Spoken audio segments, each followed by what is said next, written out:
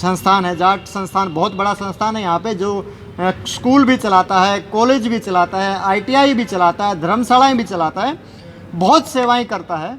ITI के अंदर यदि आप आईटीआई की ट्रेड के अंदर कोई भी कोर्स करते हैं तो आपकी +2 भी मानी जाएगी, वो +2 भी साथ में ही हो जाएगी। तो क्या प्रक्रिया अपनाए और क्या डॉक्यूमेंट्स उसको चाहिए, क्या कागज़ उसके पास होने चाहिए, कितनी उसकी क्वालिफिकेशन होनी चाहिए, छात्रवृत्ति के तौर पे उसको क्या दिया जाता है? उसमें ट्यूशन फीस होती है जी के लिए फ्री बस पास की सुविधा है। अच्छा और हम अपने संस्थान की तरफ से भी छात्राओं को वर्दी हरियाणा तो सरकार की पढ़ना तरफ चाहिए। से हाँ, जी। छात्राओं के लिए 30% सीटें दाखिले में आरक्षित रहती हैं।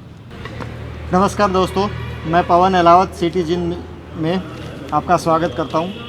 इधर उधर ही रोक आज दो। हम पहुँचे हैं आईटीआई जींद के अंदर, और आईटीआई जींद में आज हम बात करेंगे आईटीआई में क्या नया है, नया कानून आया तो उसका फ़ायदा क्या है, बच्चों को उसका फ़ायदा क्या है, और जो हमारी आईटीआई है कैसी सेवाएं दे रही है, यहाँ के प्राचार्य कैसे हैं। तो इसी संदर्भ में हम बात करते हैं। पवन रेड्डू जी सीआर किसान आईटीआई जींद के प्रिंसिपल हैं। पवन जी, आपका स्वागत है सिटी जींद के अंदर। धन्यवाद। पवन जी, कब से हैं आप आईटीआई के अंदर? मेरी नियुक्ति जुलाई 2012 से मैनेजमेंट द्वारा, प्रबंधक समिति द्वारा की गई थी और मैं 2012 से यहाँ काम कर रहा हूँ। पवन जी, हम आपसे जानना चाहते हैं कि जो शिक्षा नीति नई आई है सरकार के द्वारा, उसका कितना लाभ है बच्चों को आईटीआई के माध्यम से? देखिए, शिक्षा नीति जो है वो विशेषकर स्कूलों तक और हायर एजुकेशन कॉलेज वगैरह में प्रभावी रहती है। जी। आईटीआई का शिक्षा नीति की बजाय जो है ना प्रशिक्षण से, आईटीआई जो ट्रेनिंग है वो एक प्रशिक्षण है, इसका संबंध प्रशिक्षण से रहता है। तो वैसे तो हमारी आईटीआईज़ के अंदर अब जो बच्चे 2 साल का कोर्स करते हैं उनको 12वीं पास का भी एक सर्टिफिकेट, एक प्रमाण पत्र हरियाणा सरकार द्वारा, भारत सरकार द्वारा जारी किया जाता है। आईटीआई के अंदर यदि आप आईटीआई की ट्रेड के अंदर कोई भी कोर्स करते हैं तो आपकी +2 भी मानी जाएगी, वो +2 भी साथ में ही हो जाएगी। तो मैं जानना चाहते हैं पवन जी कि अपनी जो सीआर किसान आईटीआई है उसके अंदर कौन से कोर्स आप करवाते हैं? हमारे यहाँ 8 ट्रेड्स हैं। 8 ट्रेड में जो है कोर्स इलेक्ट्रीशियन, वायरमैन है, रेफ्रिजरेशन एयर कंडीशनिंग और इलेक्ट्रॉनिक्स मैकेनिक है, मैकेनिक मोटर व्हीकल है, फिटर ट्रेड है जी। और इसके अलावा वेल्डर ट्रेड है, वेल्डर गैस और इलेक्ट्रिक, साथ में कोपा भी ट्रेड हमारे पास यहाँ चल रही है। तो ये सभी ट्रेड हमारे एनसीवीटी से अप्रूव्ड हैं, एफिलिएटेड हैं, जिसको हम कह सकते हैं कि ये national council for vocational training के लिए काउंसिल है। और सभी कोर्स जो है ना राष्ट्रीय स्तर पर मान्यता प्राप्त है। इसका, इन ट्रेडों का ना बच्चों को क्या फ़ायदा है? मतलब अपना इतना बड़ा हम लोग यहाँ पे तामझाम लगाते हैं, इतने रूम्स बनाए हुए हैं, लैब्स बनाई हुई हैं, मैंने देखा अंदर कि आपके काफ़ी इक्विपमेंट, बड़े हैवी और महंगे इक्विपमेंट यहाँ लगे हुए हैं। तो इनका बच्चे कैसे लाभ उठा पा रहे हैं? मतलब बच्चों तक कैसे पहुँचाते हैं आप इसको? देखिए, आईटीआई के अंदर जो ट्रेनिंग करवाई जाती है, जो कोर्स करवाए जाते हैं, उनके अंदर, उन कोर्सेज़ के अंदर मशीनरी, टीचर की योग्यता, भवन, जो भी बुनियादी चीज़ें हैं, मशीनों को लेकर के, बिजली के कनेक्शन को लेकर के, वो सभी जो है ना सरकार द्वारा सुनिश्चित की जाती हैं। वो एक मापदंड का हिस्सा है। तो उन मापदंडों को पूरा करने के लिए और छात्रों को जिस एक दर्जे की ट्रेनिंग विभाग चाहता है, मान्यता देने के समय कि हम मान्यता उन्हीं संस्थानों को दें जो बेहतर ट्रेनिंग जो ना स्टूडेंट्स को दे सकते हैं, तो वो उन्हीं को मान्यता देते हैं। तो मान्यता देने का एक मापदंड यही है कि वो सभी चीज़ें देखी जाती हैं कि यहाँ बिल्डिंग्स को लेकर के, बिजली कनेक्शन को लेकर के, मशीनरी को लेकर के, टीचर्स को लेकर के, तो वो सभी चीज़ें हमें उन सब बातों के लिए पूरी करनी पड़ती हैं। और एक वही संस्थान अपने आप में एक वास्तविक संस्थान है, एक प्रैक्टिकल संस्थान है जो ये सब चीज़ें रखता है अपने पास और अपने स्टूडेंट्स के अंदर वो बच्चों एक का कितना ट्रेनिंग दे सकता है। ट्रेनिंग देने के लिए ये सब चीज़ें होनी चाहिए किसी भी संस्थान के पास। अपना जो बच्चे हैं उनका कितना रुझान है आईटीआई के अंदर, मतलब बच्चे जो हैं कितना इंटरेस्ट लेते हैं एडमिशन लेते हुए आते हैं? बहुत बच्चे मैं ये मान के चल रहा हूँ कि कुछ समय से समझ में आया है, और ख़ासकर इन दिनों जब से बच्चों को पता चला कि हम 2 वर्ष का जो आईटीआई कोर्स करते हैं, साथ के साथ उसमें +2 की मान्यता भी साथ में रहती है, उनको +2 के समकक्ष 12वीं कक्षा के समकक्ष उनको माना जाता है, तो बच्चों का रुझान पहले से बढ़ा है। पहले अभी जैसे प्रधानमंत्री जी, अपने मुख्यमंत्री जी, या सारी सरकार, सारा तंत्र जो है इस पे लगा हुआ है कि वे आत्मनिर्भर बनो, सरकारी नौकरियां नहीं है, आत्मनिर्भर बनो, तो उसमें आईटीआई कितना योगदान अदा करती है? ये बहुत ही अच्छा प्रश्न है आपकी तरफ से, और मैं चाहता हूँ कि हमें पहचानने के लिए और हमें जानने के लिए कुछ इसी तरह की बातें हमारे साथ की जाएं। अब जो आत्मनिर्भर एक मिशन के तौर पे आदरणीय प्रधानमंत्री श्री नरेंद्र मोदी जी लेके आए हैं, ये तो आईटीआई का तो पहले से ही एक मकसद रहता है। आईटीआई का लक्ष्य ही एक है कि सबको स्वरोजगार जो है ना प्राप्त करना है, या वो किसी उद्योग में जा कर के रोज़गार प्राप्त करता है, या किसी सरकारी विभाग में, या वो अपना भी काम शुरू कर सकता है। आईटीआई का विशेषकर लक्ष्य यही रहता है कि उसके अंदर जो कौशल है उसको निखारना, उसको विकसित करना। आईटीआई कोर्सों में यही सब कुछ सिखाया जाता है। तो हम पहले से ही आत्मनिर्भर के सपने को लेकर के चले हुए हैं, जो वास्तविक तौर पर प्रधानमंत्री भारत सरकार ने अब उस मिशन को लेकर के आए हैं। ये आईटीआई का जब से आईटीआई शुरू हुई है और जब भी से ये संस्थानों के अंदर कोर्स चल रहे हैं, इनका सपना तो शुरू से यही था, उनका लक्ष्य शुरू से यही था।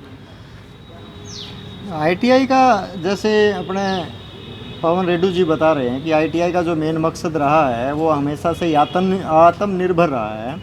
जो आईटीआई से कोर्स करता है वो या तो अपना रोज़गार करता है, मैक्सिमम रोज़गार ही करता है, उसको ये आत्मनिर्भर बनाते हैं। और उसके अंदर अभी मैं पवन जी आपसे जानना चाहता हूँ कि क्या जो आत्मनिर्भर वाले सिस्टम के अंदर है, जो सरकार कह रही है कि जो लोन लेना चाहता है, क्या आपके यहाँ से सर्टिफिकेट करने के बाद आईटीआई से, तो उसमें भी उसको कोई लाभ मिलता है? हाँ, निश्चित तौर पर जो भारत सरकार की बहुत सी योजनाएं हैं, प्रधानमंत्री मुद्रा लोन या अन्य जो कुशल कारीगर हैं, भारत सरकार समय समय पर उन बैंकों के माध्यम से, ग्रामीण बैंकों के माध्यम से, राष्ट्रीय बैंकों के माध्यम से वो सुविधाएं उपलब्ध करवाती है।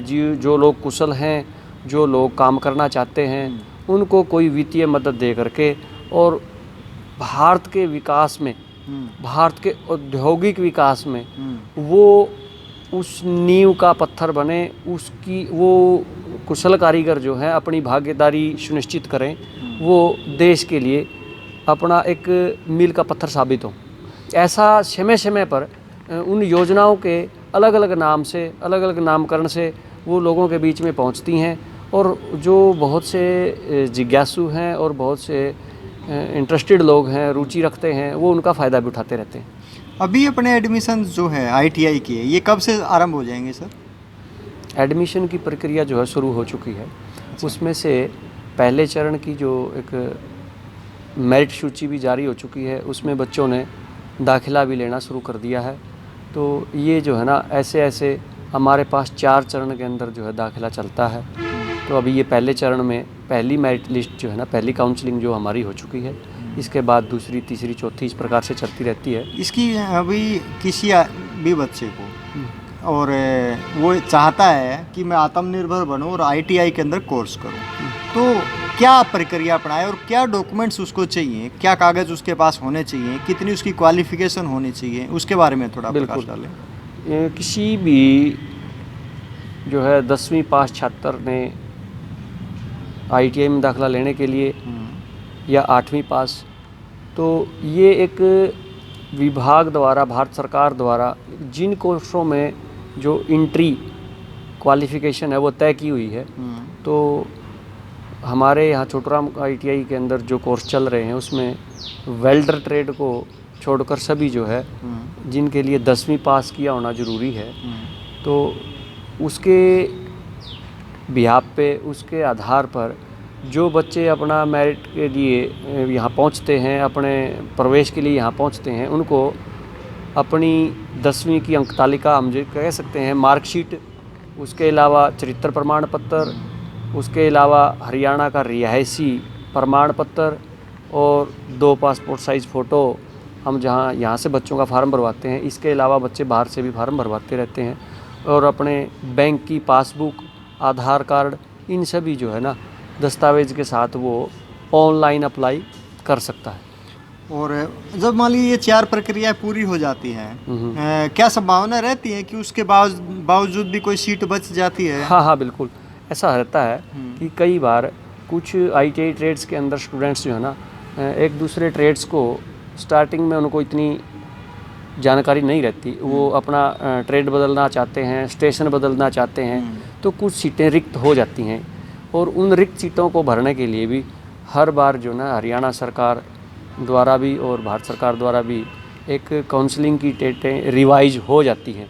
ये संभावना हमेशा बनी रहती है। जैसे पवन जी बता रहे हैं कि हमारे ये 4 चांसेस हैं, 4 चांसेस के अंदर काउंसलिंग में किसी का नंबर नहीं आता है, तो वो जो हमारे पवन रेड्डू जी प्रिंसिपल CR किसान ITI जैसा बता रहे हैं कि आप अपने डॉक्यूमेंट्स लेके सीधा इनसे संपर्क कर लें, इनके पास आ जाएं, और ये जितनी भी आप संभव होगी, जितना भी संभव होगा वो आपको एडमिशन कराने में आपकी हेल्प करेंगे, आपको आत्मनिर्भर बनाने में आपकी हेल्प करेंगे।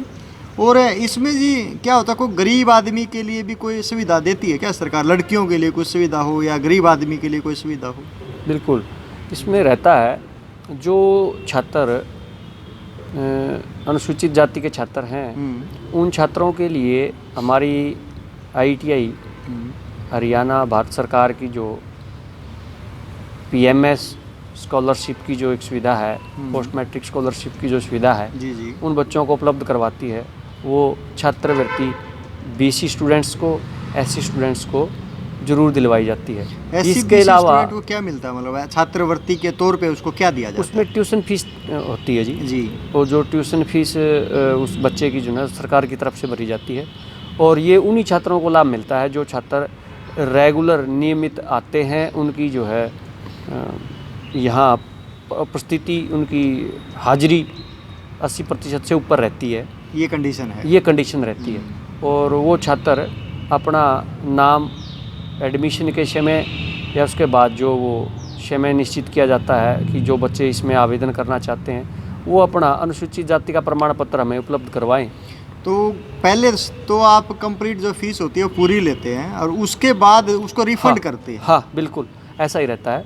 ये सुविधा जो है उन बच्चों को उनके सीधे बैंक खाते में ट्रांसफ़र की जाती है। उन बच्चों का बैंक खाते का हमारे संस्थान में रिकॉर्ड रहता है, उनका आधार कार्ड और वो सब चीज़ें उसके साथ लिंक रहती हैं, और जैसे ही वो हमारे पास उनका अमाउंट पहुंचता है वो सीधा ही मतलब उनके खाते में पहुंच जाता है। जैसा पवन जी बता रहे हैं कि भाई जो आर्थिक रूप से कमज़ोर हैं और SC/ST में आते हैं, और छात्राएं विशेष तौर पर, छात्राओं के लिए भी कोई कंडीशन है कि जो किस जाति का हो या ऐसा कोई है, या फिर सभी के लिए वो लागू है? छात्राओं के लिए अलग से है। वो छात्राएं अगर अनुसूचित जाति की हैं उनके लिए तो ये स्कॉलरशिप के अलावा जो है ना एक स्कॉलरशिप के तौर पे ही मैं कहूँगा उसको, गर्ल्स के लिए फ्री बस पास की सुविधा है। और हम अपने संस्थान की तरफ से भी छात्राओं को वर्दी और जो है ना उनको वो मुफ्त और किताबें आजकल अपने तो संस्थान की तरफ से वर्दी से ना ड्रेस जल्दी समझ में आ जाता है उनको ना, जो हाँ बिल्कुल कह सकते हैं कि आजकल बच्चे ड्रेस को स्कूल ड्रेस या वर्दी यूनिफॉर्म जिसमें वो उनको समझना थोड़ा सा सुविधाजनक रहे। जो लड़कियां हैं, लड़कियों को सुविधा दी जाती है, वो किसी भी जाति की हो जी या नहीं, स्पेशल सभी को, किसी जाति सभी को। अच्छा, हाँ, तो जी ऐसे जैसा बता रहे हैं कि लड़कियों को एक सुविधा है कि लड़कियों को ड्रेस और बस का पास जो है वो आईटीआई की तरफ से बुक्स। फ्री दिया जाता है। बुक्स वगैरह भी जैसे बता रहे हैं प्रिंसिपल साहब कि फ्री दी जाती हैं।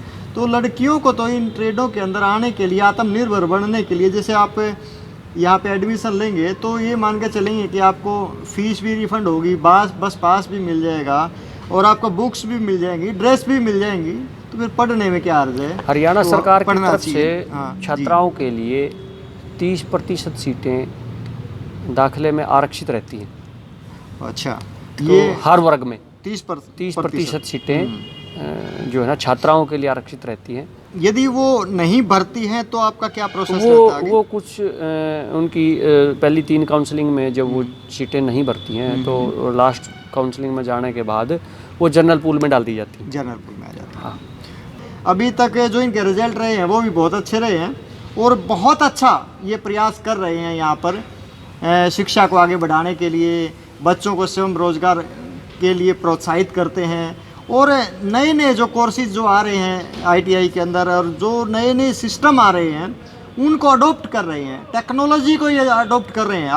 अभी ये मैं देख रहा हूँ ये आईटीआई को डिजिटलाइज बनाने में ज़्यादा विश्वास करते हैं और टेक्नोलॉजी और समय के साथ साथ बदलाव जहाँ आ जाता है वो निश्चित तौर पे प्रोग्रेस करता है, निश्चित तौर पे वो संस्थान आगे बढ़ता है।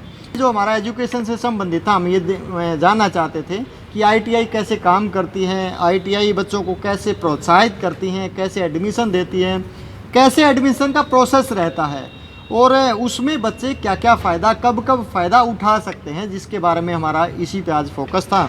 तो इसी संदर्भ में हमने आज बात की है पवन रेड्डू जी से, जो सीआर किसान आईटीआई जींद पटियाला चौक पर जो संस्थान है, जाट संस्थान, बहुत बड़ा संस्थान है यहाँ पे, जो स्कूल भी चलाता है, कॉलेज भी चलाता है, आईटीआई भी चलाता है, धर्मशालाएं भी चलाता है, बहुत सेवाएं करता है।